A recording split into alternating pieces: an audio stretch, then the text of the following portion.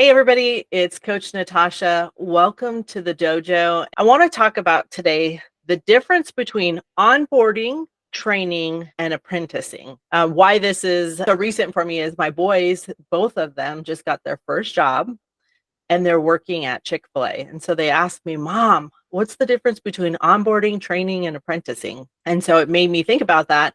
And of course, as this week went on, I saw that in other themes through coaching calls. So I want to tell you about the difference. It's so important that you do these things correctly. There's 3 steps when you're bringing somebody new on your team. So the first one is onboarding.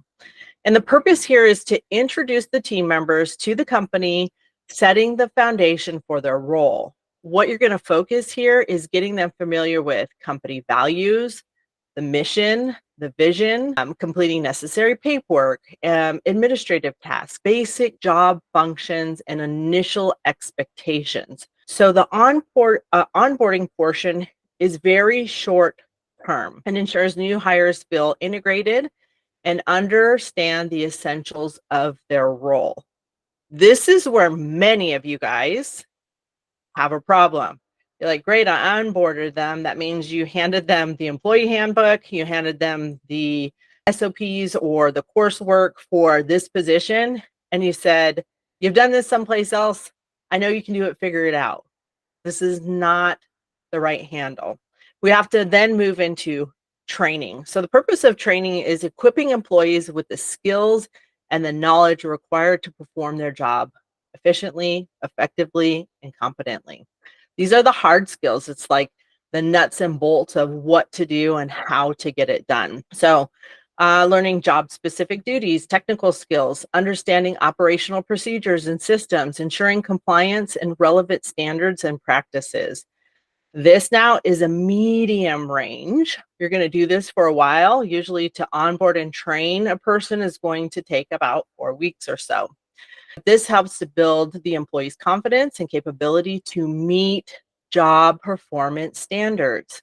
You need to have check sheets when you're doing the training process. This person has learned this thing, this thing, this thing, this thing. So they get a competency check at the end of it. So at any given time, they say, nobody trained me on that. I hear this a lot. You go back to their employee file and you say, did you sign this right here? They're like, oh yeah. Okay, because sometimes people forget what they're trained on, especially in integrated practices, because there are so many different things to learn as far as processes, service centers, features and the benefits, what these products and services do. So we want to just go along with your team. And that's where the apprenticeship comes in. And this is different than the other two. So the purpose is to develop deep expertise through ongoing mentorship and hands-on experience. People ask me all the time, how did you scale from 1 to 3 offices in less than 5 years? It comes down to the basic fundamentals of these 3 things: onboarding, training, and apprenticing. Almost every person that I hired 6 years ago still works in the clinic I have recently exited out of. They still work there and they're still running it. People say, God, I wish I could just clone myself, or I wish I could clone you. You can. You clone yourself through apprenticeship. That is applying learned skills in real world scenarios, developing critical thinking. You want them thinking like you're thinking, creating leadership, adaptability, receiving consistent feedback and refinement of techniques. So if you're apprenticing a new doc or you're apprenticing a new practitioner in your office. One of the studies that I'm doing that I thought was so relatable to this is apprenticeship, and that's in my faith walk, but I won't go into details on that. But it was, I got these 3 things with it.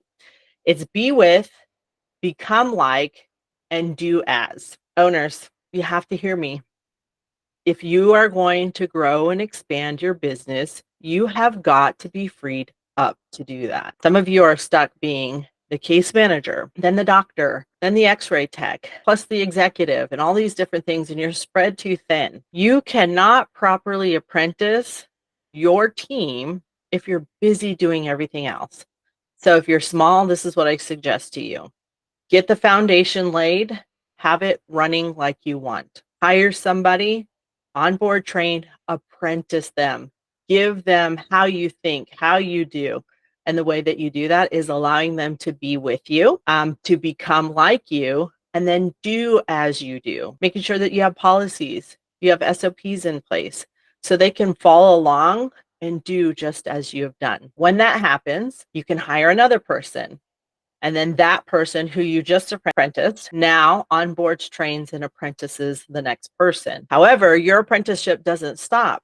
Your apprentice, now you come in the later parts of it. Now you're not doing the training yourself or the onboarding, but you get to do the apprenticeship with them.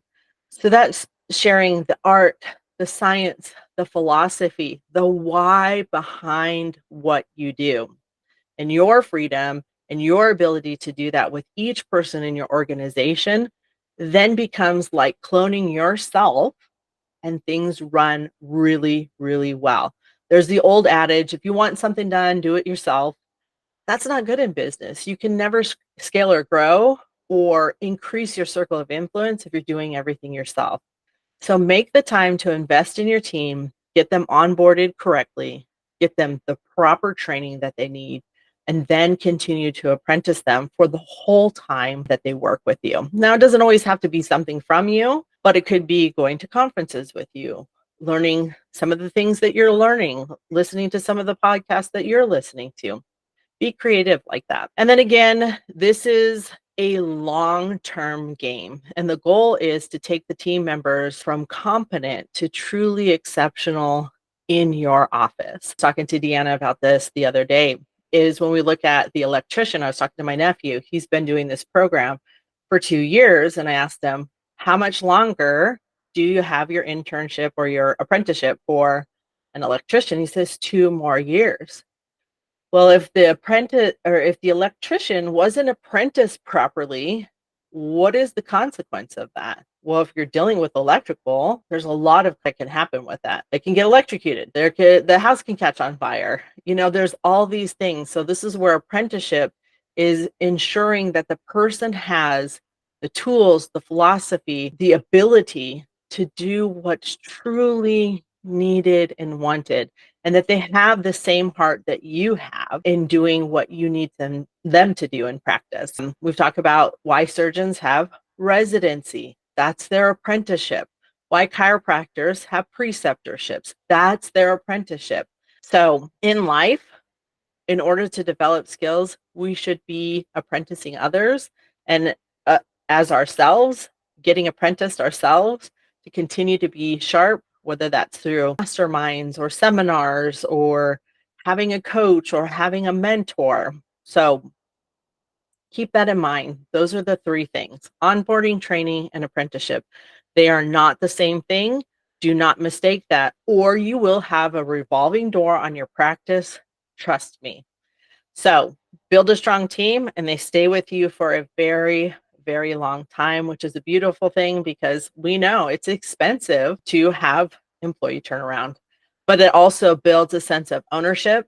They get to become what we call, or I call, an entrepreneur. That's not my term. I didn't coin that, but an entrepreneur is somebody who's like an entrepreneur, but in your business and helping you build and grow that. So at Med Pro Dojo, we don't stop learning. Onboarding lays the groundwork, training sharpens the skill, and apprenticeship polishes professionals into true experts. And so we've created a dojo specific to team members in your office.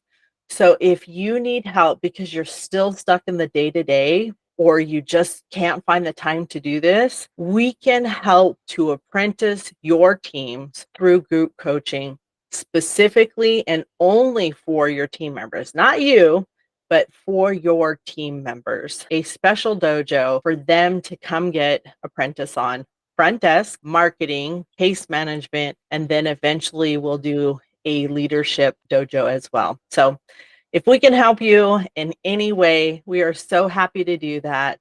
But please remember to sharpen the skills. This is why drilling and role playing, checking in with your team is so important. Managing performance by KPIs lets you and the team know if they're on the right track. So I hope today's training was helpful for you. Don't make the mistake of hiring somebody, throwing stuff at them and expecting them to figure out, because it's just not going to happen that way. So take the time to onboard, train, and apprentice, and we will see you next time. Thank you so much for being with us.